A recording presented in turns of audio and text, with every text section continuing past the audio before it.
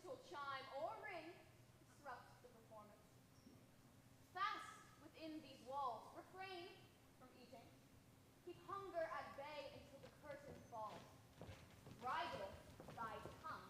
Avoid whispers and gossip. However, since this play is born of mirth and merriment, let thy laughter ring out unbridled. For such joyous tribute is most heartily desired. Should dire fortune or sudden peril befall this assembly, seek thy salvation at the portals set to the rear and the flanks of this hall. Feast thy soul upon the spectacle, and may the revels bring thee much delight.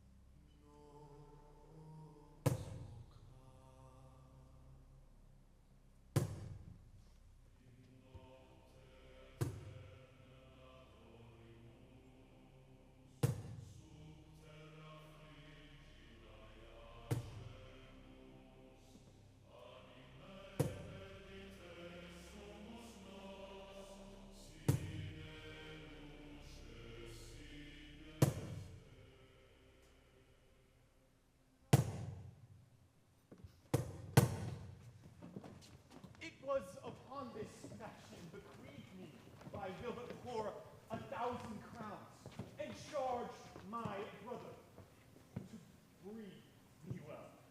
And there begins my sadness. My brother, Jacques, who keeps at school and speaks goldenly of his profit. For my part, he keeps me rustically at home, or to speak more properly, stays me here at home unkept. I, his brother, gain nothing under him but growth, for the which his animals on his dunghills are as much bound in his eye. Besides this, nothing he so plentifully gives me, that something that nature gave me, his countenance seems to take from me. He lets me feed with his kind, bars me the place of a brother, and as much as in him lies, minds my gentility with my education. This is it, Adam.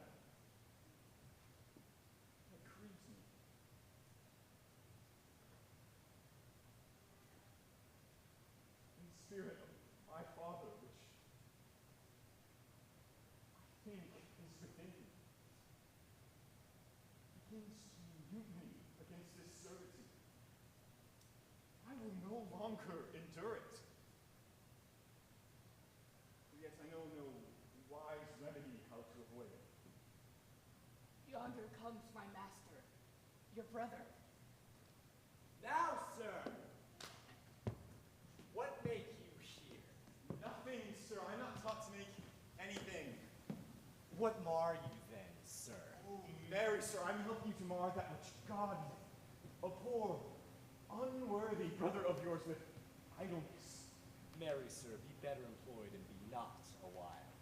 Shall I keep your hogs and eat husks with them as well? What prodigal portion have I spent to come to such penury? Know you where you are, sir? Oh, sir, very well. Here in your orchard. Know you before whom, sir?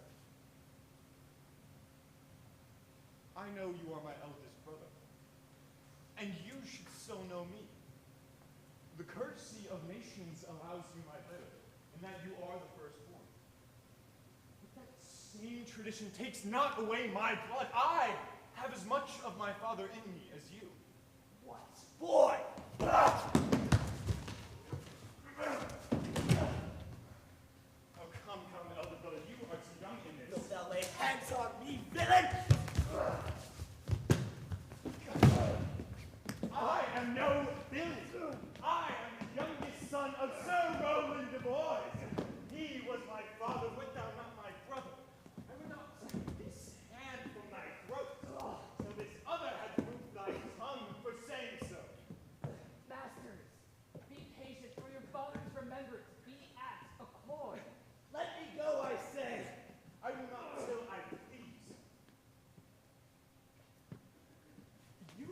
shall hear me. My father charged you in his will to give me good education. You have trained me like a peasant. Therefore, allow me such exercises as may become a gentleman, or give me the poor lottery my father left to me by testament. With that, I will go buy my fortunes. Well, sir, you shall have some part of your will.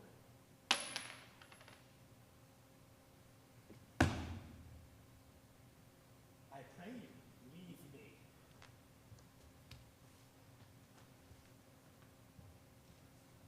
Get you with him, you old dog! Is old dog my reward? Most true, I have lost many teeth in your service. God be with my own master, for he would not have said such a word. I will give no 1,000 crowns, neither! Good morrow to your worship. Good Monsieur Charles, what's the new news in the new court? The old duke has been banished by his younger brother, the new duke. Do you know if Rosalind, the duke's daughter, be banished with her father? Oh, no. For the duke's daughter, her cousin, so loved her, being ever bred from their cradles together, that she would have followed her into exile or have died to stay behind her. Where will the old duke live? They say he is already in the forest of Arden, and have many merry men with him. And there they live like the old Robin Hood of England. They say many young gentlemen flock to him every day, and fleet the time carelessly as they did in the Golden World. You wrestle tomorrow before the new duke? Oh, marry do I, sir. I came to acquaint you with the matter. Your younger brother Orlando hath a disposition to come in disguised against me to try a fault. Your brother is but young and tender, and for your love, I would be loath to foil him. I'll tell thee, Charles, it is the stubbornest young fellow of France. Full of ambition, an envious emulator of every man's good parts. A secret and villainous contriver against me, his natural brother. Therefore I had as lief thou didst break his neck as his finger. If he come tomorrow, I shall give him his reward. If he ever come alone again, I'll never wrestle for prize more. So God keep your worship. Farewell, good Charles. I hope I shall see anything. For my soul, yet I know not why, hates nothing more than he. Yet he's gentle, never schooled, yet learned, full of noble ambition, of all sorts enchantingly beloved, and indeed so much in the heart of the world, and especially of my own people who best know him, that I am altogether despised. But it shall not be so long. This wrestler shall clear all.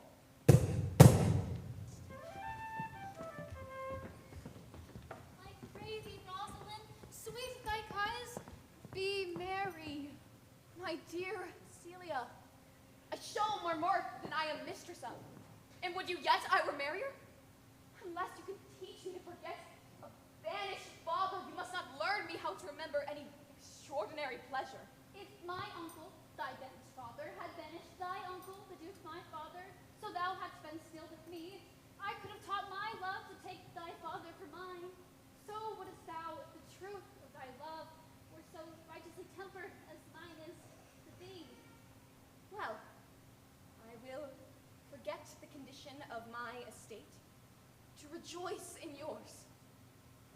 You know my father hath no child but I, nor is none like to have. So truly, when he dies, thou shalt be his heir.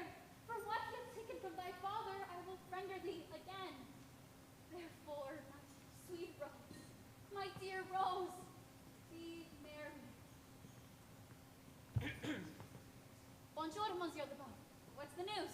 Fair princess, you miss much good sport. Sport. Here comes an old man and his 3 sons. I can match this beginning with an old tale. 3 young men of excellent growth and presence, the eldest of which challenged Charles, the Duke's wrestler, in which Charles challenged him and threw him and broke 3 of his ribs. That gives a liking.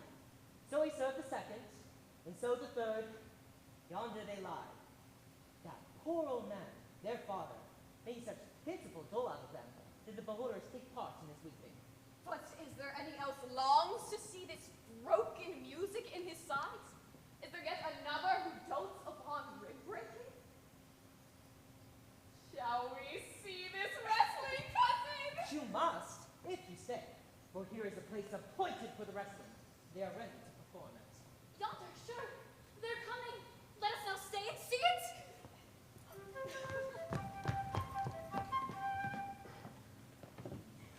Is yonder the man? Even he, madame. Yes, he's too young. Yet he looks successful. How now, young daughter and cousin? Are you trekked hither to see the wrestling? Aye, my liege, so please you give us leave. You will take little delight in this, I can assure you. Such odds in the man, in pity of the challengers who I would fain take. But he will not be entreated, so speak to him, lady, see if you can do it. Good Monsieur Legault, call him hither. Cicero, oh, not be by. Monsieur the Challenger, the princess has called for you. I attend them with all respect and duty. Young man, have you challenged Charles the wrestler? No, fair princess. He is but the general challenger. I come but in as others do to try to win the strength of my youth.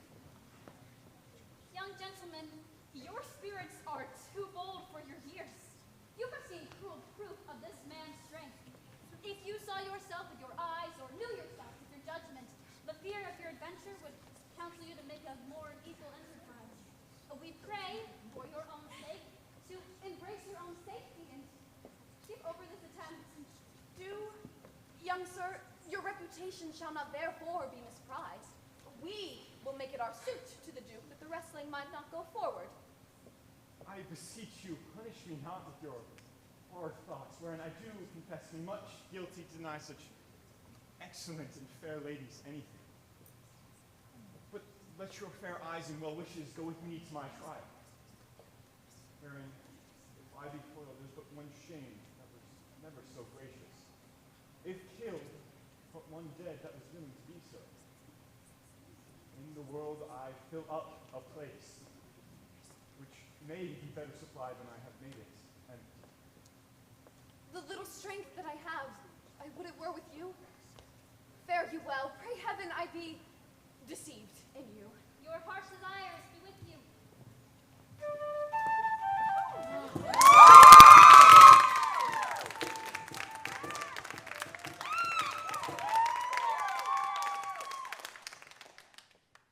Come, where is this young gallant that is so desirous to lie with his mother Earth?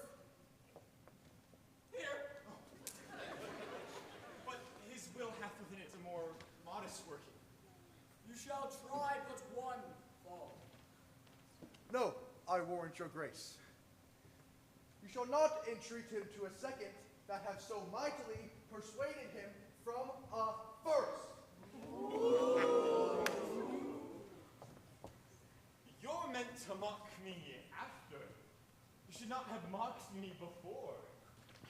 But come your ways. Now Hercules be thy speed, young man. I would I were invisible to catch the strong fellow by the leg.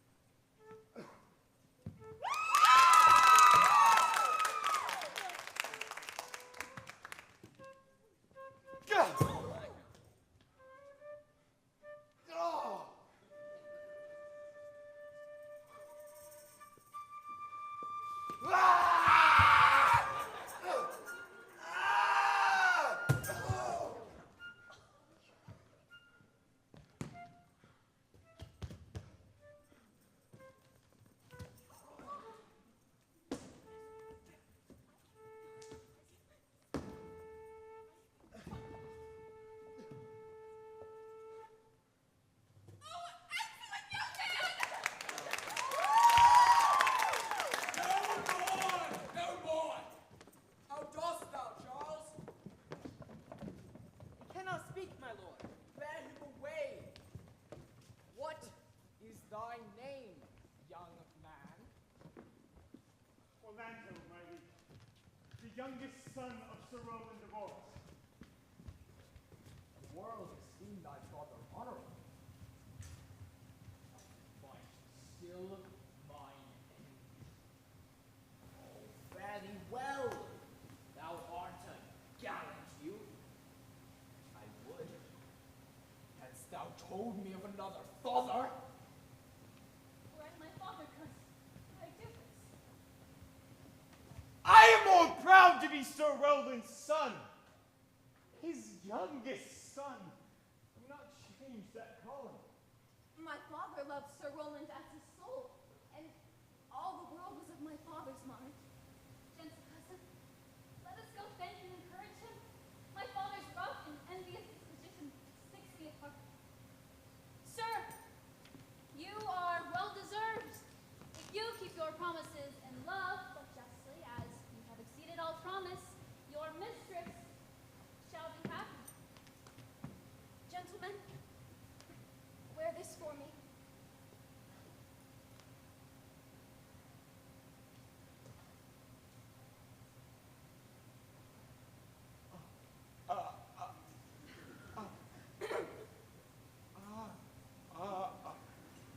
Shall we go, cousin? Aye. Fare thee well, fair gentlemen.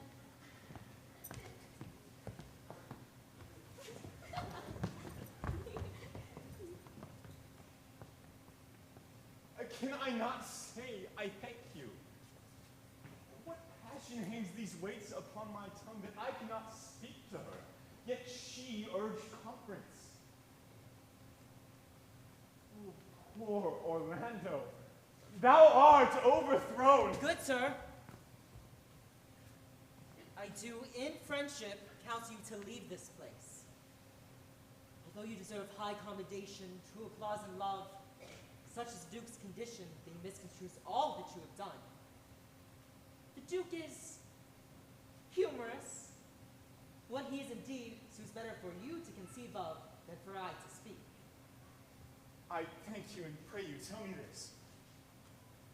Which of the two was daughter to the Duke that was here at the wrestling? Neither is daughter, if we judge by manners. Yet indeed the lesser is his daughter, the other daughter to the banished Duke, here detained by her usurping uncle to keep his daughter company, whose love is dearer than the natural bond of sisters. But I can tell you that as of late, the Duke hath taken great displeasure against his gentle niece, founded upon no other argument than that the people praise her for her virtue and pity her for her dear father's sake. And on my life, his malice against the lady will suddenly break forth. Sir, fare you well. Hereafter, in a better world than this, I should desire more love and knowledge of you. I rest much bound into you. Fare thee well.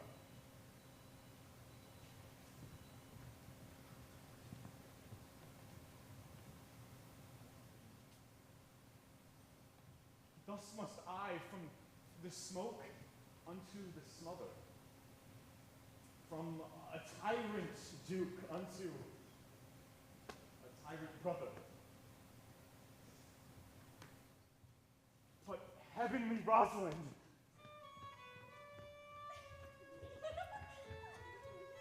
Why, cousin, why, Rosalind? Cupid, have mercy. Is it possible on such a sudden you fall into such a strong liking with old Sir Rowland's youngest son? The Duke, my father, loved his father dearly. Not it therefore ensure you should love his son dearly? By this kind of chase, I should hate him. For my father hated his father dearly. Yet I hate not Orlando, him not for my sake. Let me love him for that. And do you love him because I do? Look, here comes the Duke, with his eyes full of anger. Mistress! Dispatch you with your safest haste and get you from our court. Me, uncle? You, cousin, within these 10 days, that thou beest found so near our public court as 20 miles. Thou diest for it. I do beseech your grace, let be the knowledge of my fault bear with me. Thou art thy father's daughter. There's enough. So was I, when your highness took his dukedom. So was I, when your highness banished him. Treason is not inherited, my lord. Or if we did derive it from our friends, what's that to me? My father was no traitor.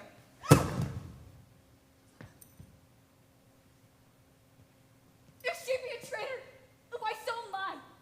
Pronounce that sentence that on me, my liege. I cannot let out her company. You are a fool. You, niece. Provide yourself. You outstay your time upon mine honor. And in break my word, you die.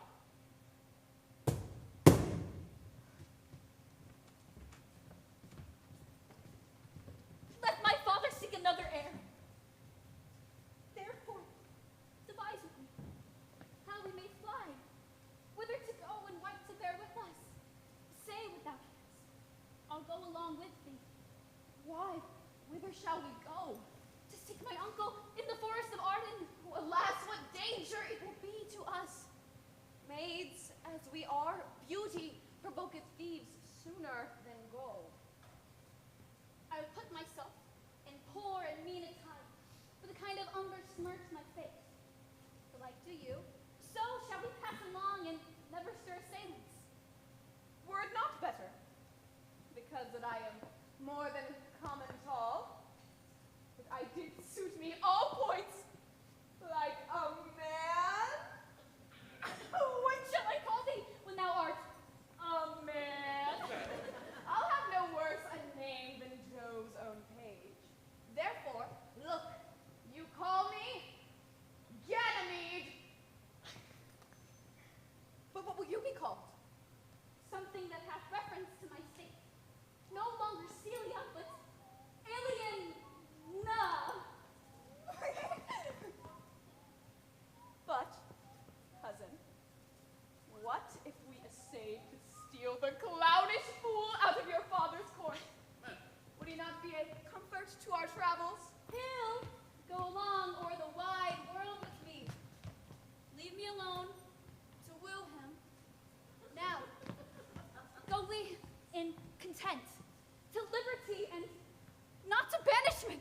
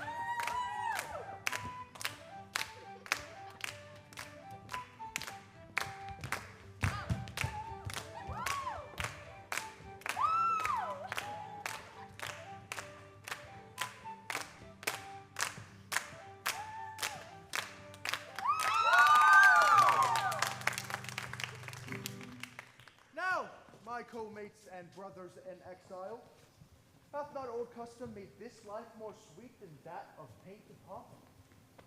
Are not these woods more free from peril than the envious court? Here feel we but the penalty of Adam. This our life exempt from public haunts? finds tongues in trees, books in the running brooks, sermons in stones, and good in everything. I would not change it. Happy is your grace that can translate the stubbornness of fortune into so quiet and so sweet a style. Come! Shall we go and kill us venison? And yet it irks me. The poor dappled fools, being native creatures of this desert city, should in their own confines, with forked heads, have their round haunches go! Indeed, my lord. The melancholy Jacques grieves at that, and in that kind swears you do more usurp than doth your brother that hath banished him. Today, my lord of Amons and myself did steal behind him as he lay along under an oak. To the which lay place a floor sequestered staff, from which the hunter's aim had ta'en a hurt, did come pledge. And indeed, my lord, the wretched animal did heave such groans that his discharge stretched thy leathern coat, and marked by the melancholic shock, he sat, augmenting the river with tears. And did you leave him in this contemplation? We did, my lord, weeping and commenting upon the wounded deer. Show me this place. I'll bring it to him straight.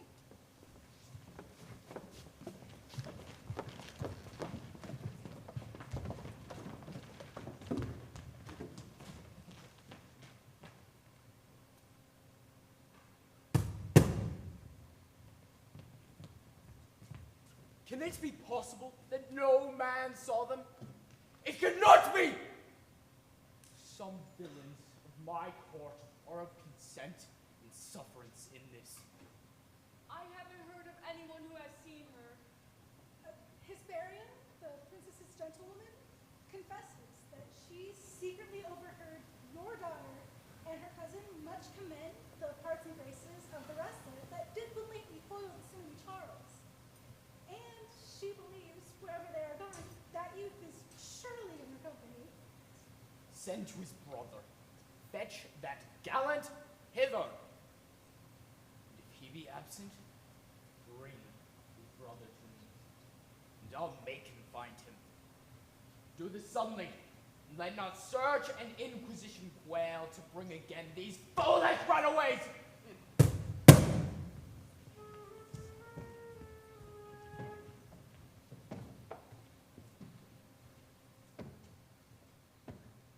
Oh, gentle master, your praises have come too swiftly home before you. Know you not, master, to some kind of men the graces serve them, but as enemies? Why? What's the matter? Oh, unhappy youth, your brother hath heard your praises, and this night he means to burn the lodging where you used to lie, and you within it. Why, whither, Adam, wouldst thou have me go? No matter whither, so you come not here. Wouldst thou have me go and beg for my food? Or with a base and boisterous sort enforce a thievish living on the common road? But do not so. I have 500 crowns, the thrifty hire I saved under your father. Be comfort to my age. Here is the gold, and all this I give you. Let me come with you. I'll do the work of a younger man in all business and necessities. Oh, good old man. Thou art not for the fashion of these times. We'll go along together. Go on, and I will follow thee to the last gasp with truth and loyalty.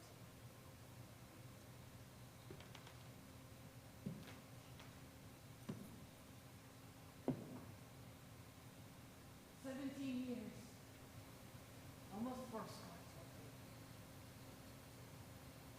Here lived I. But now, live here no more.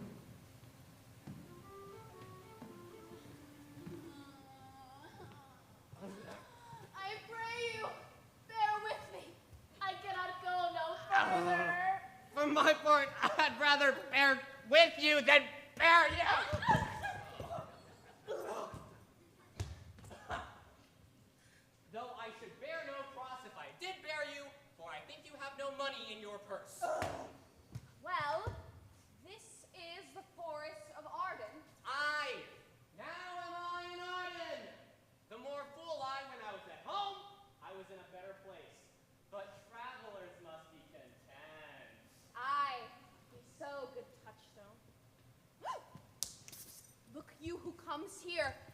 young man and an old woman in solemn talk.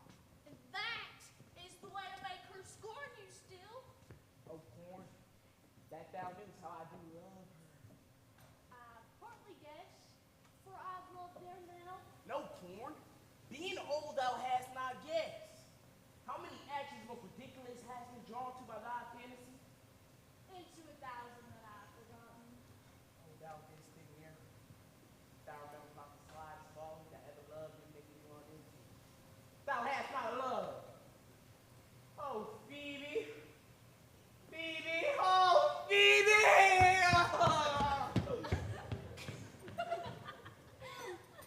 Alas, poor shepherd! Searching of thy wound, I have by hard adventure found mine own. And I mine. We that are true lovers run into strange capers, and as all is mortal in nature, so is all nature in love mortal in folly.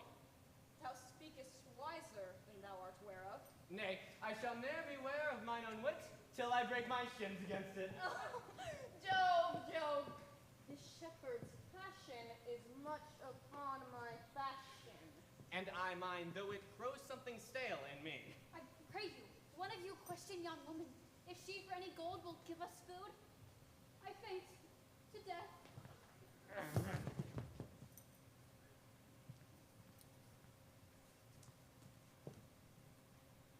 Halt! You clown! Peace! Fool, she's not thy kinsman. Who calls? Your betters, ma'am. Else are they very wretched? Peace, I say. Good even to you, friend. And good even to you, gentle sir, and to you all. I prithee, shepherd, if that love or gold can in this desert place buy entertainment, bring us where we may rest ourselves and feed. Here's a young maid with travel, much oppressed and faints. Fair sir, I pity her, and wish for her sake more than for my own. My fortune's more able to relieve her, but I wish it to another man. I pray thee, stand with honesty by thou cottage, pasture, and flock, and thou shalt have to pay for it of us. And we will mend thy wages. I like this place and could willingly waste my time in it. Surely the thing is to be sold.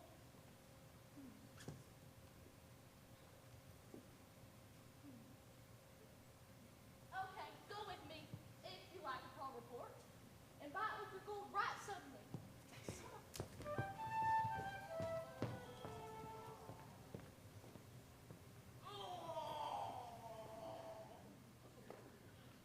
Dear master, I can go no further.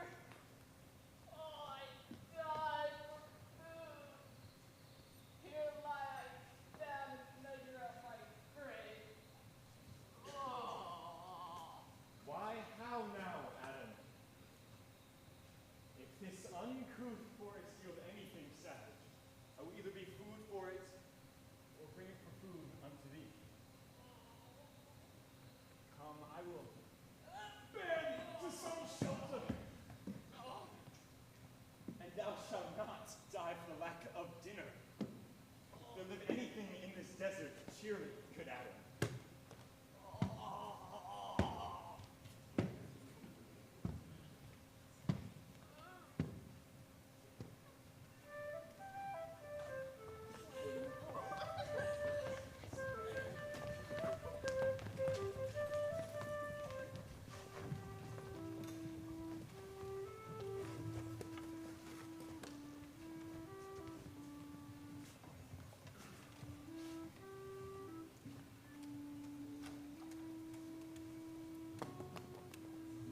Why, how now, monsieur?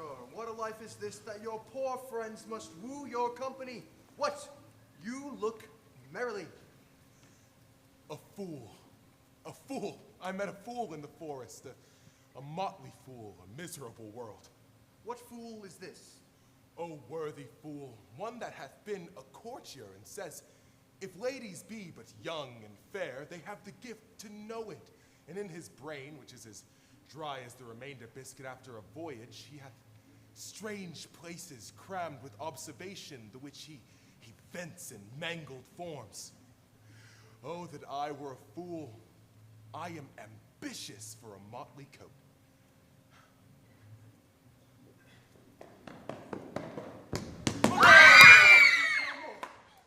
Why, I have eaten none yet.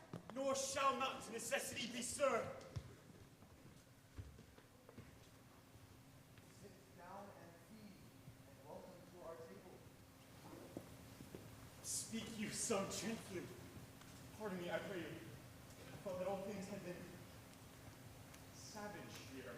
True is it, we have seen better days, and therefore sit you down in gentleness and take upon command what help we have that to your wanting may be ministered.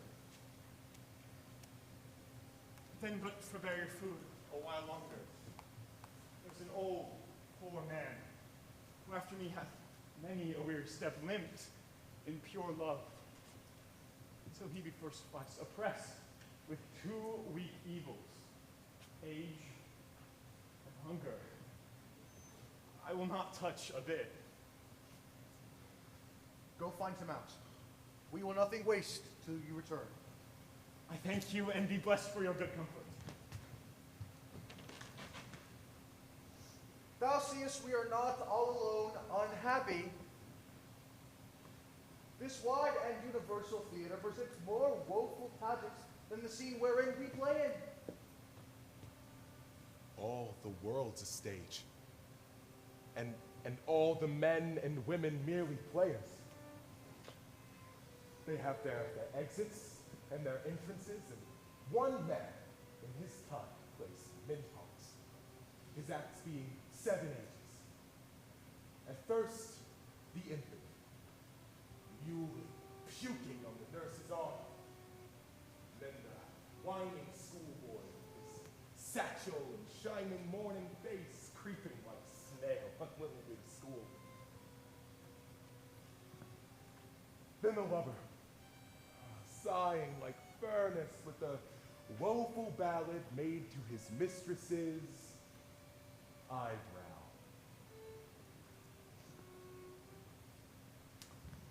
Then a soldier, full of strange oaths and bearded like the pard, jealous in honor, sudden and quick in quarrel, seeking the bubble reputation, even in the cannon's mouth. Then a justice, in fair round belly, with good cape and lined, with eyes severe and beard of formal cut, full of wise saws and modern instances, and so he plays his part. Then the 6th age shifts into the lean, slippered pantaloon. Spectacles on nose, pouch on side, his youthful hose well saved, the world too wide for his shrunk, shaggy, and his big, manly voice turning again towards childish, treble pipes and whistles in the south. Last scene of all, that ends this strange, eventful history. His second childishness and mere oblivion. Son's teeth, son's eyes, son's face.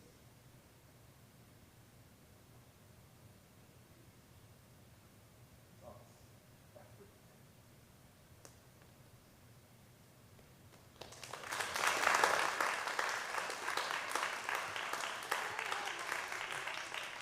Welcome. Let him feed. I thank you most for him. I scarce can say thank you for myself. Welcome, Bolton.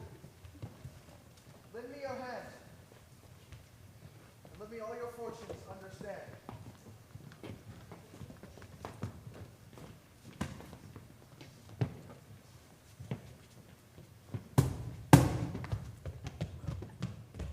Not seen him since. Sir, that cannot be. Find out thy brother, wheresoever he may be. Seek him with candles. Bring him dead or living within this 12-month, or turn thou no more to seek a living in our territory. Oh, that your highness knew my heart in this. I never loved my brother in my life. Or villain thou, do this expediently.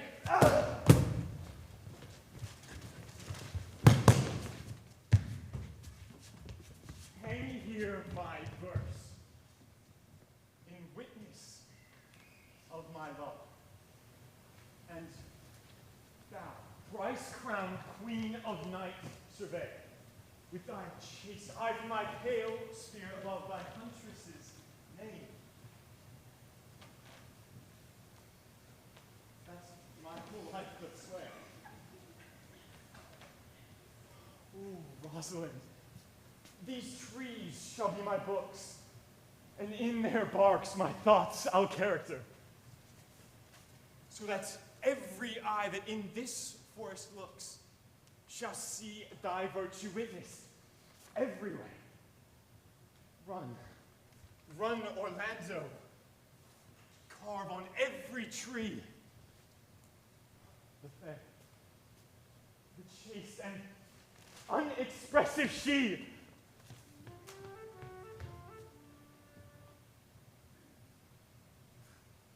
All the pictures fairest lined are but black to Rosalind.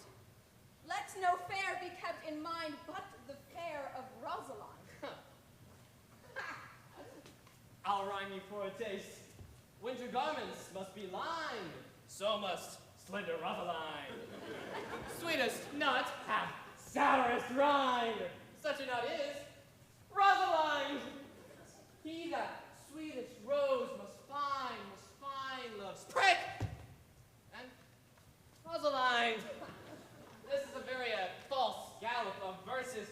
Why do you infect yourself with them? Oh, peace, dull fool. Found them on a tree. Truly, the tree yields bad fruit. Alas, here comes my sister. Reading. Stand aside. Will I, Rosalinda, write, teaching all that read to know the quintessence of every sprite? Heaven would a little show. Heaven would that she these gifts should have, and I to live and die her slave. Didst thou hear these verses? Well, yes, I heard them all.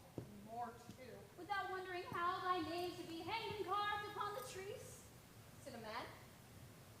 and a chain that you once wore about his neck. Nay. But who is it? Is it possible? It is a young Orlando that tripped up the wrestler's heels in your heart, both in an instant. Orlando? Orlando! Orlando! What shall I do with my doublet and hose? What did he when thou sawest him? What said he? How looked he? Wherein went he? What makes him here? Did he ask for me? Where remains he? How parted he with thee? And when shalt thou see him again? Answer me in one word.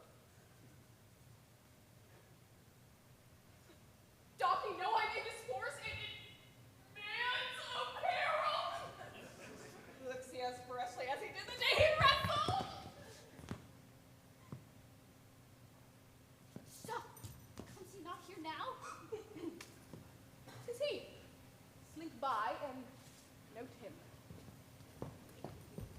I thank you for your company, but good faith, I would as lief been myself alone. Oh, so had I, but for fashion's sake, I thank you too for your society. God be with you. Let's meet as little as we can. I do desire we may be better strangers. I pray you, bar no more trees with your writing love songs in their barks. I pray you mar no more of my verses with reading them ill-favoredly.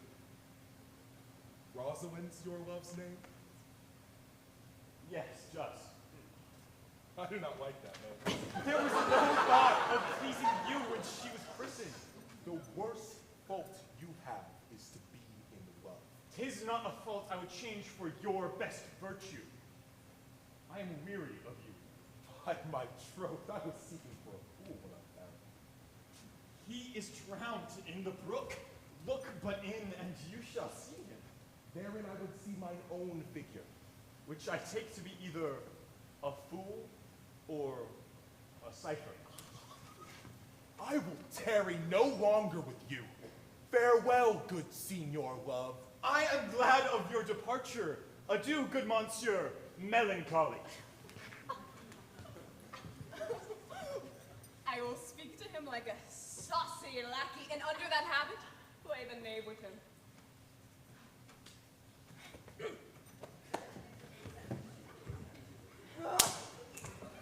Do you hear? Forrester. Very well, what would you? I pray you, what is o'clock? You should ask me what time of day. There is no clock in the forest. Then there be no true lover in the forest, else sighing every minute and groaning every hour would detect the lazy foot of time as well as a clock. Where dwell you, fair youth? With this shepherdess, my sister, here in the skirts of the forest.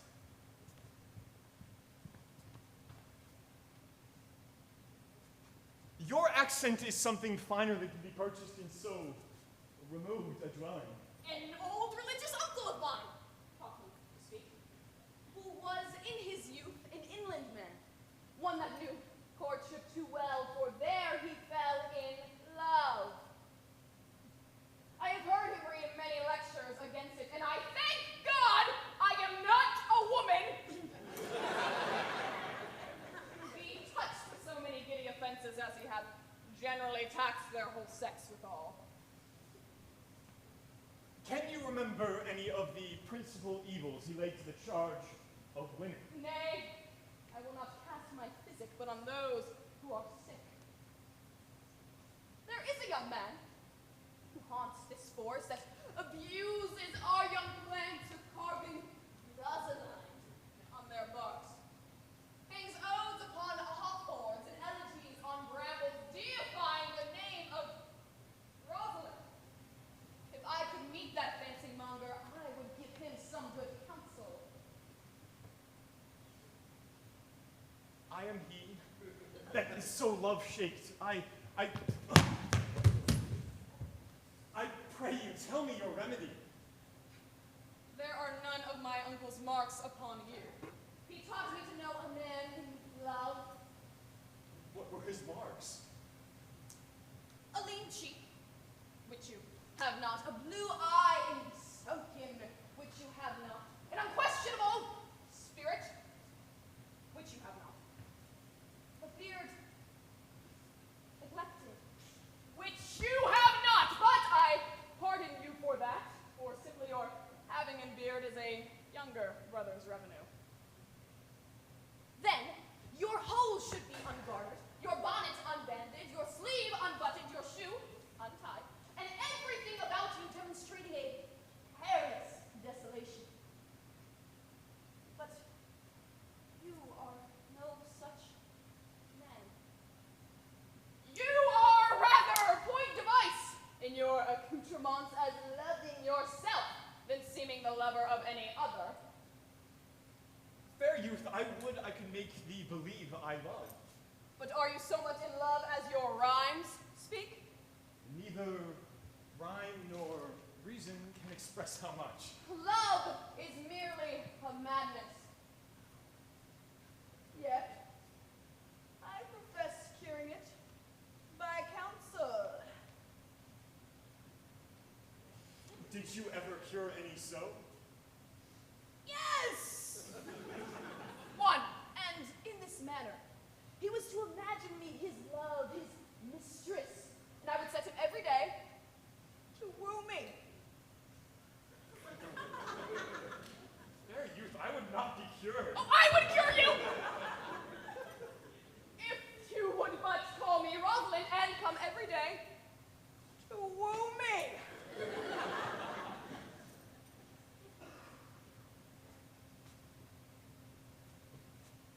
I will.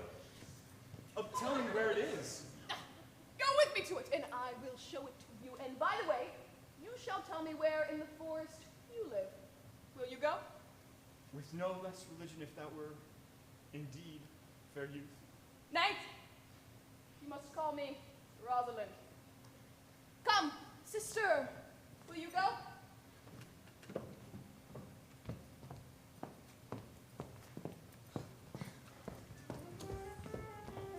Come apace, gentle Audrey. Am I the man yet? Doth my simple feature content you? Your features. What features? Truly, I would the gods had made thee poetical. I do not know what poetical is. Is it honest and demon word? Now, truly. Do you wish then that the gods had made me poetical? I do, truly. For thou swearest me thou art honest, and if thou wert a poet, I would have some hope thou didst feign. Would you not have me honest? No, truly, unless thou art hard favored, for honesty coupled to beauty is like honey, a sauce to sugar. Well, I am not fair, and therefore I pray the gods make me honest. Truly, and to cast away honesty upon a foul slut would put good meat into an unclean dish. I am no slut, though I think the gods I am foul. Well, praise be the gods for thy foulness. Sluttishness may come hereafter. Ha. Come, sweet Audrey. We must be married, or we must live in Audrey. Ha!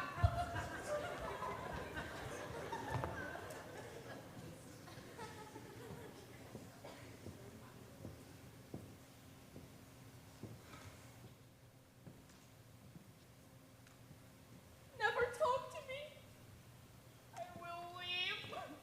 Do, I prithee, but have the grace to consider that tears do not become a man. But have I not cause to weep? As good cause as one would desire. Therefore weep.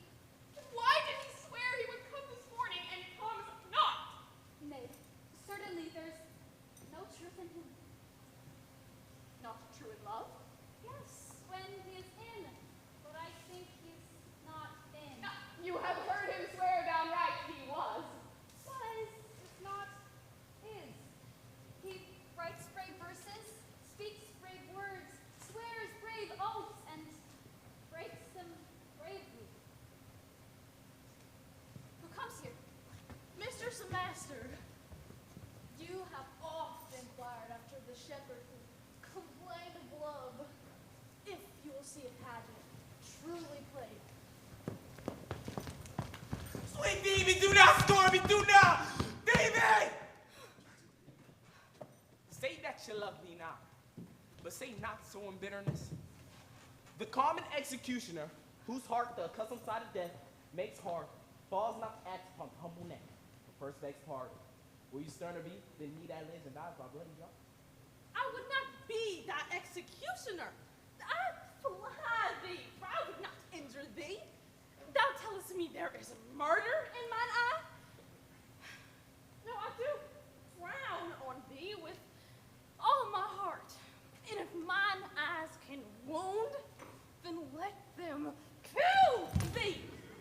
Scratch thee but with a pin, and they remain so starving. But now mine eyes, which I have darted at thee, hurt thee not. No, I am sure there is no force in eyes that can do hurt. Oh, dear Phoebe, if ever, as that ever may be near, you meet in some fresh cheek the power of fancy, then shall you know the wounds invisible that love King's arrows make. But till that time, come not thou near me. I shall not pity thee. And why? I pray you. Who might be your mother that you insult, exult, and all at once over the wretched? What though you have no beauty? Must you therefore be proud and pitiless? Why? What means this? Why look you on me? Think she means to tangle my eyes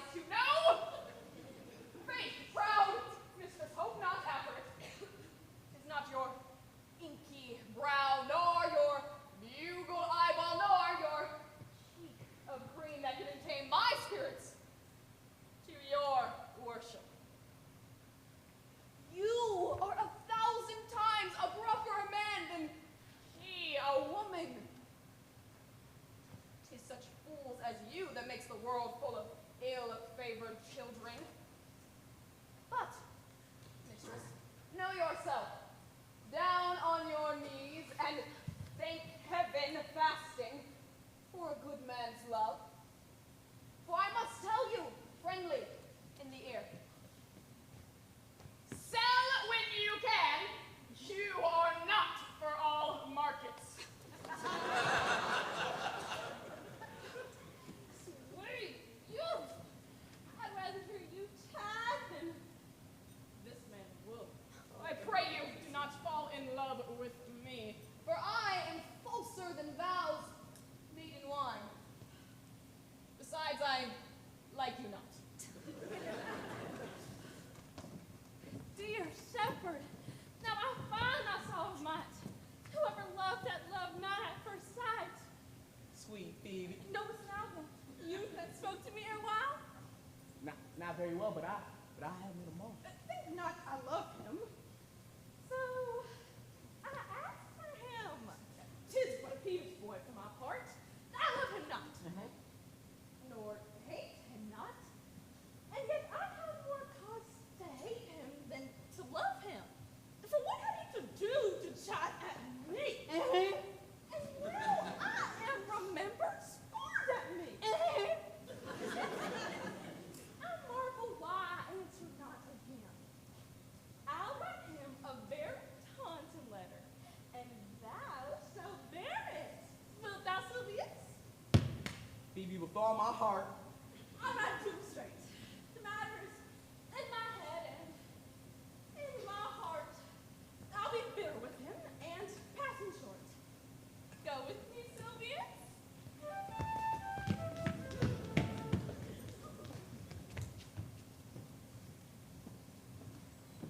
Good day and happiness, dear Rosalind. Where have you been? My fair Rosalind, I come within an hour of my promise. And you be so tardy, come no more in my sight. Come! Woo me, woo me. For now I am in a humor holiday and like enough to consent. But come now, and I will be a Rosalind in a more coming on disposition. And ask me what you will. I will grant it. Then love me, Rosalind. Yes, faith will I. Fridays and Saturdays and all. And wilt thou have me? Aye. And 20 such. What sayst thou? Are you not good? I hope so. Why then can one desire too much of a good thing? Come, sister, you will be the priest and marry us.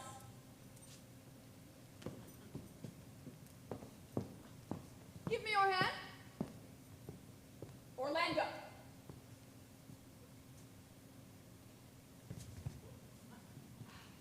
What say you, sister? Pray thee marry us. I cannot say the words. You must begin, will you, Orlando? Will you, Orlando, have to wife this Rosalind? I will.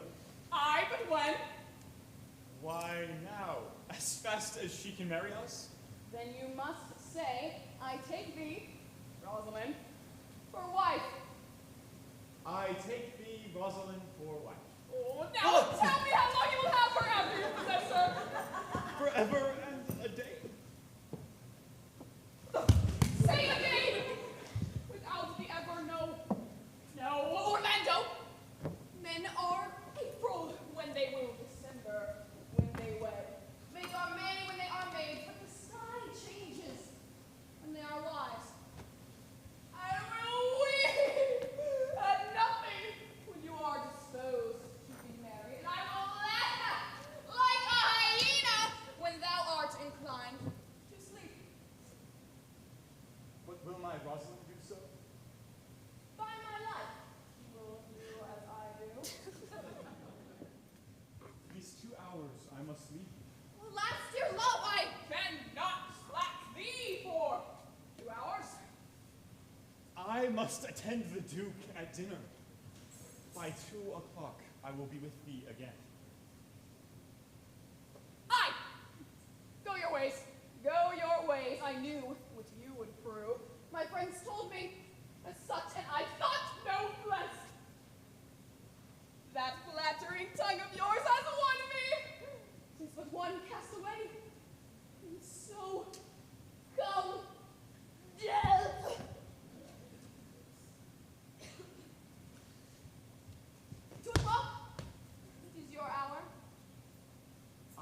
sweet Rosalind?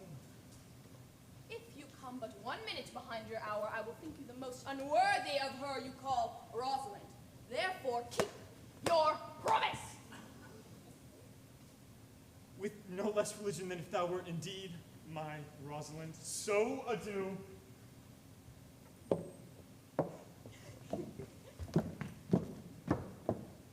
You have simply misused our sex in your love traits. We must have your doublet and hose plucked over your head to show the world what the bird has done to her own nest. Oh, cuz, my pretty little cuz. That thou didst know how many fathom deep I am in love. I'll tell thee, I cannot be out of the sight of Orlando. I'll go find a tree and sigh till he come, and I'll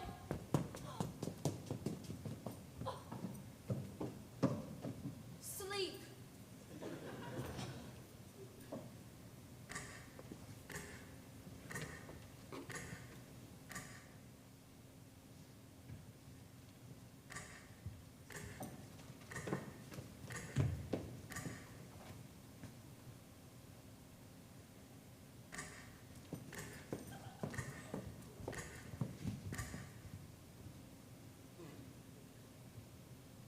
How say you now?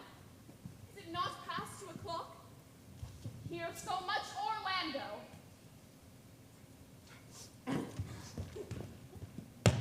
My gentle baby bid me to give you this. I know not the contents, but as I guess, there's an angry sentiment. Pardon me, for I am a guiltless messenger. She says I am not fair, and that I lack manners. She calls me proud, and that she could not love me. This is a letter of your own device. No, baby dear, ride. Come, you are a fool. Can a woman rail thus? You call this railing? Whilst the eye of man did woo me, that could do no vengeance to me. If the scorn of your bright eye have power to raise such love in mine, alack in me what strange effect would they work in mild aspect? Whilst you chide me, I did love. How then might your prayers move? He that brings this love to thee little knows this love in me, and by him seal up thy mind, whether that thy youth and kind will the faithful offer take of me and all that I can make, or by him my love deny, and then I'll study how to die. You call me Italian? Alas, poor shepherd. Well, go your way to her, and say this to her, that if she loved me, I charge her to love thee. If she will not, I will not have her unless thou entreat for her.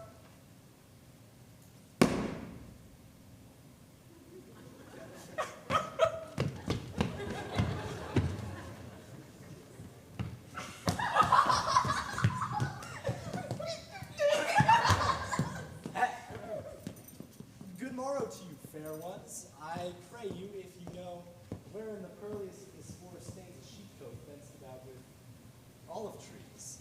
West of this place, down in the neighbor bottom, but at this hour the house itself, there's none within. If that and I may profit by a tongue, then should I know you by description. Are you not the owner of the house I did inquire for? It is no boast being asked to say, we are. Orlando doth commend him to you both, and to that youth he calls his Rosalind, he sends this bloody napkin. Are you he? I am? What must we mean by this? Some of my shame. If you will know of me, what man I am, and how and where and why this handkerchief is stained. I pray you. When last the young Orlando departed from you, he left a promise to return within an hour. And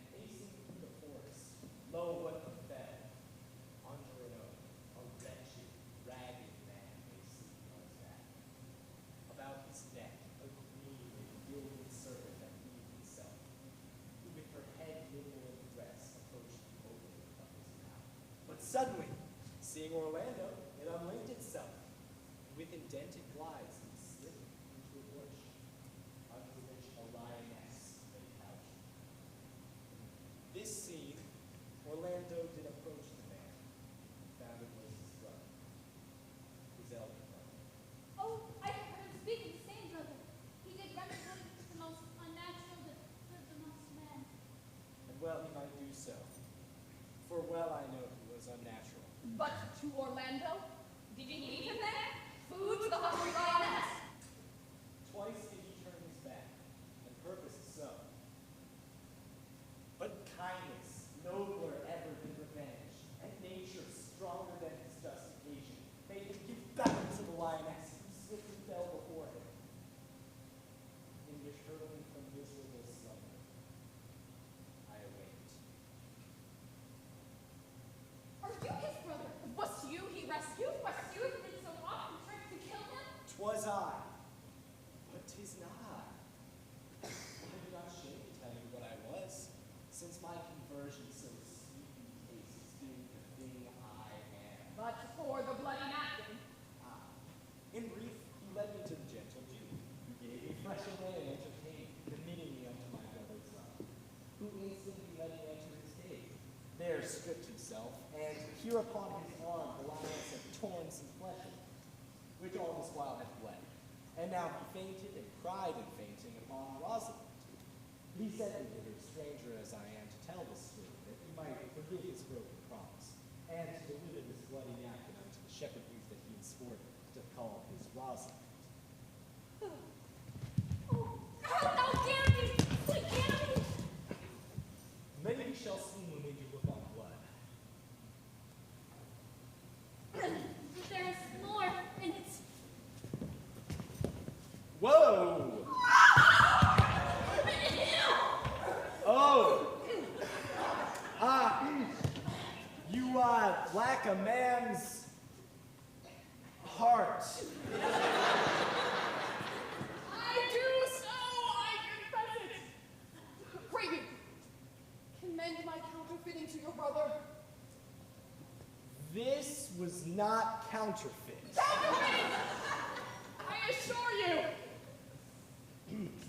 Well then, take a good heart and counterfeit to be a man.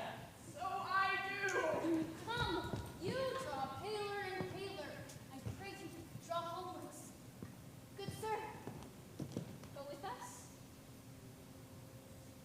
That will I. But I pray you, commend my counterfeiting to him. Will you go?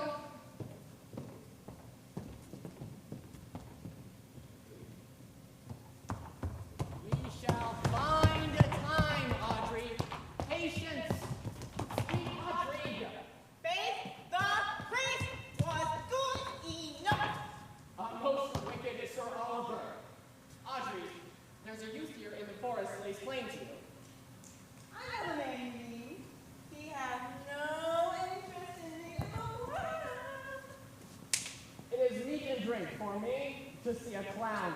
By my troth, we that are of good wit have much to answer for. We shall be flouting. We cannot hold. Good evening, Audrey. Good evening, William. Good evening to you, sir.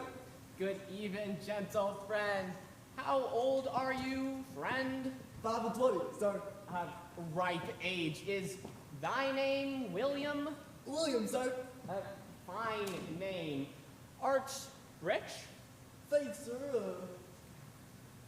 So-so. So is good. Very good, very excellent, good. And yet it's not. It's just so. Art thou wise? Sir. I have a pretty wit. Thou sayest well. I do remember a saying, the fool doth think he is wise, but the wise man knows himself to be a fool. You do love this man? I do, sir. Give me your hand. Art thou learned? No, sir. Then learn this of me, for I am he. Which he, sir? He, sir. Thou must marry this woman. Therefore you, clown, abandon, which in the vulgar means to leave. The society, which in the Bourse means company, of this female, which in the common means woman, which together is abandon, the society of this female. I will kill thee 150 ways. Therefore tremble and depart. Oh.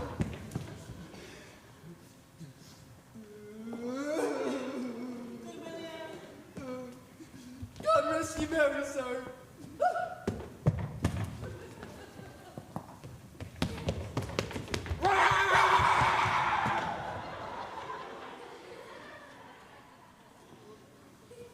Trip, Audrey.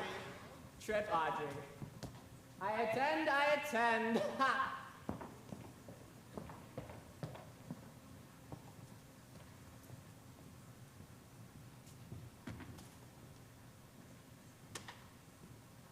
Is't possible on so little acquaintance you should like her? That would seem you should love her. I love Aliena. Say with her that she loves me. Consent with both that we may enjoy each other. It shall be to your good. For my father's house and all that was old Sir Rose will I estate upon you, and here live and die a shepherd. I consent. Let your wedding be tomorrow. Thither will I invite the Duke and all his attended company. Go you and prepare your Aliena. For look, here comes my Rosalind.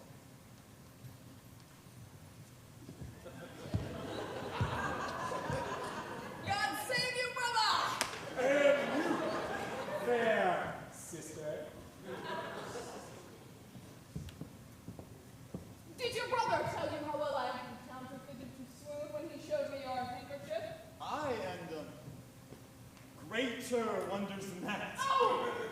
Yes, I know for your brother and my sister no sooner met but they looked, no sooner looked but they loved, but they sought the remedy.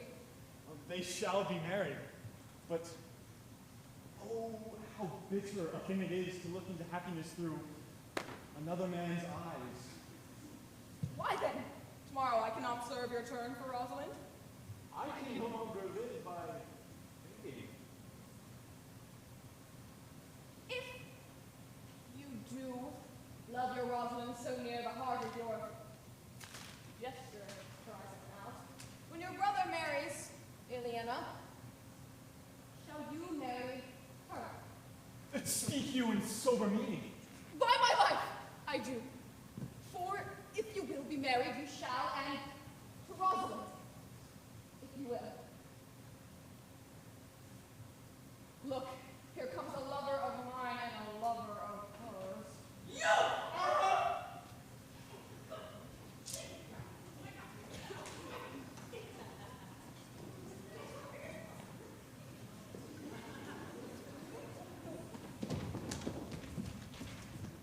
You have done me much ungentleness to show the letter that I writ you. I care not if I have. It is my study to seem despiteful and ungentle to you.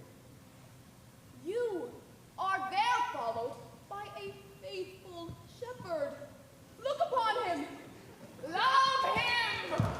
Oh, he worships you. Dear shepherd, tell this youth what 'tis to love. It is immutable. Sighs, tears. So am I for Phoebe! So am I for Jeremy. And I for Rosalind. And I for no woman. It is immutable. Fantasy. Wishes. And so am I for Phoebe! So am I for Jeremy. And so am I for Rosalind. And so am I for no woman. It is immutable. Fantasy and passion.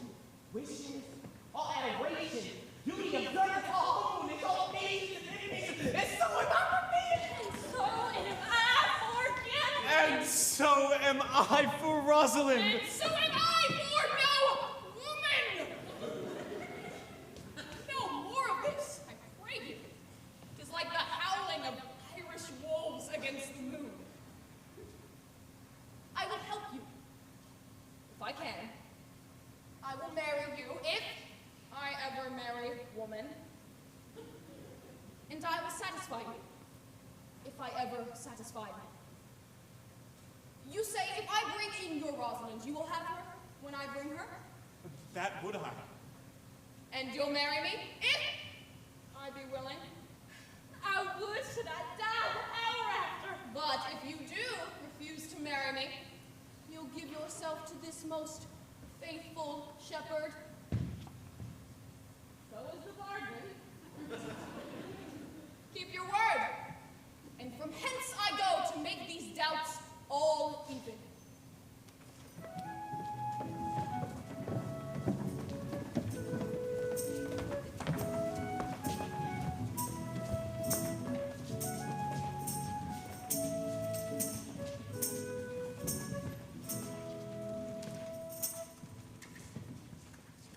I do remember it as shepherd voice and lively touches of my daughter's favorite. My good lord, the first time I ever saw him, we thought he was a brother to your daughter. But my good lord, the boy is forest born and has been trained in the rudiments of many a distant study by his uncle, whom he claims to be a great magician, obscured in the circle of this very forest. There's sure another blood war. These couples are coming to the yard. Here come a pair of very strange beasts. Salutations and greetings to you all.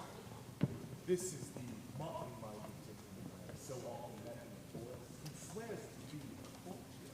And if anyone doubts that, let him be put to my purgation. I have had 4 quarrels, sir, and should like to have one of them. And how was that?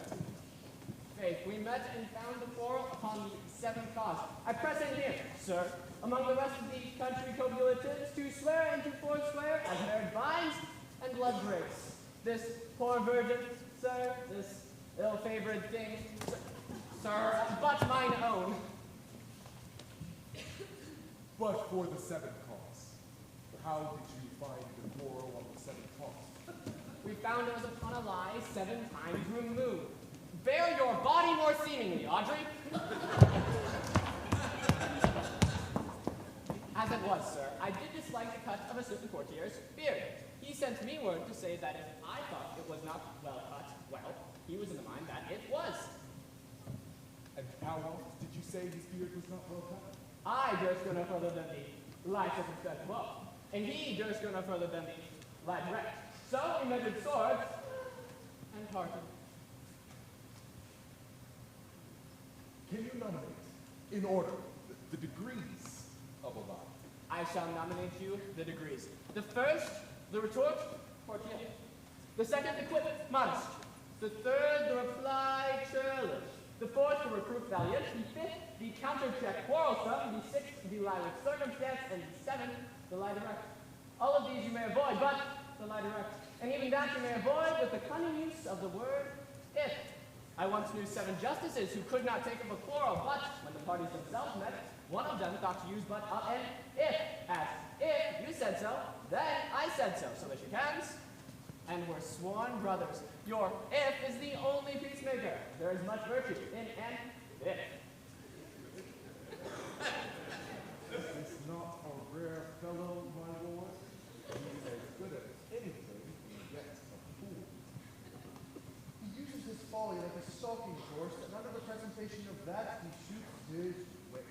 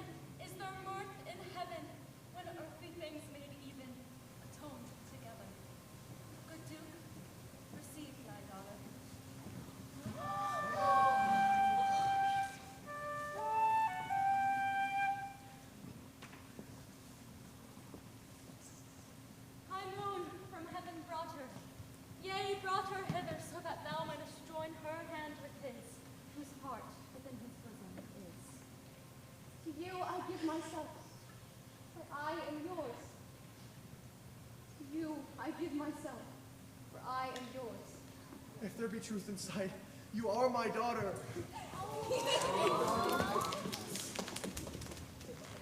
If there be truth in sight, you are my Rosalind. If sight and shape be true, well then my love do. I'll have no father, if you not he. I'll have no husband, if you be not he. Nor ne'er wed woman, if you be not she. Peace. Oh, I bar confusion. 'Tis I must make conclusion of these most strange events. Here are 8 who must take hands to join in harmony today with triple choosing hearts. You and you, no cross shall part. You and you are heart and heart. You to his love must accord or have a woman to your lord. You and you are sure together, as winter to foul weather. Laws a wedlock Henry sing, feed yourself with questioning. That reason wonder may diminish, and how thus we met, and these things finish.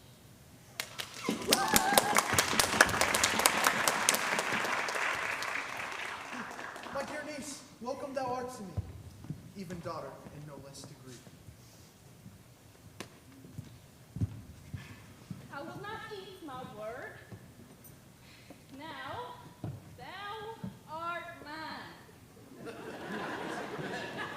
Thy faith, thy fancy, to thee doth come by.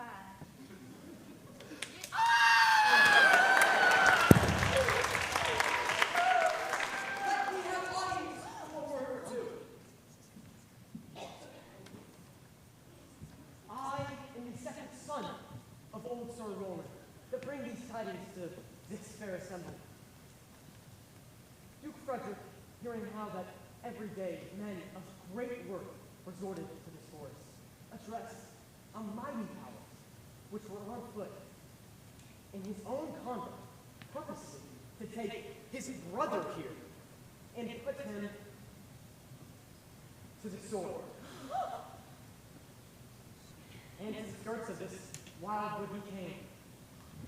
We're meeting with an old religious man, after some questioning him, was converted, both from his enterprise and from the world. His crown bequeathing to his vanished brother.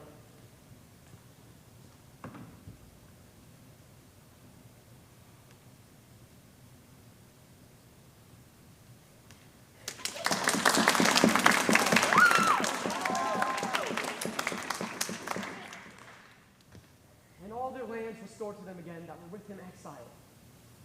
This to be true, I do engage my love. Welcome, young man. Thou offers fairly to thy brother's wedding. To one, a land withheld, and to the other, a land itself at large, a potent dukedom. First, in this forest, let us do those ends that were here were well begun and well begot. And to every of this happy number that have endured shrewd days and nights with us, and fall into our rustic revelry. Play music.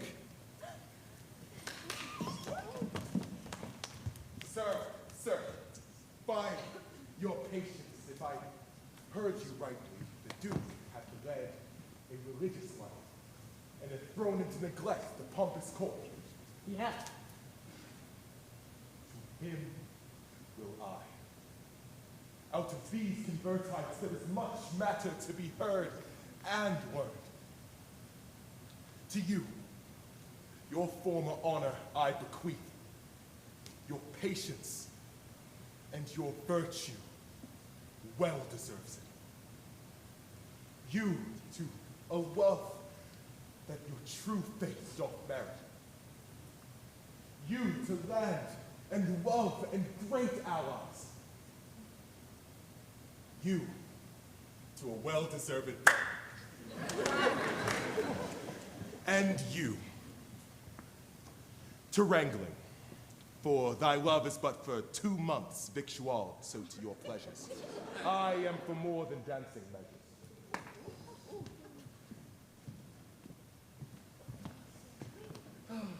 Proceed, proceed. As we begin these rites, we do trust they'll end in true delights.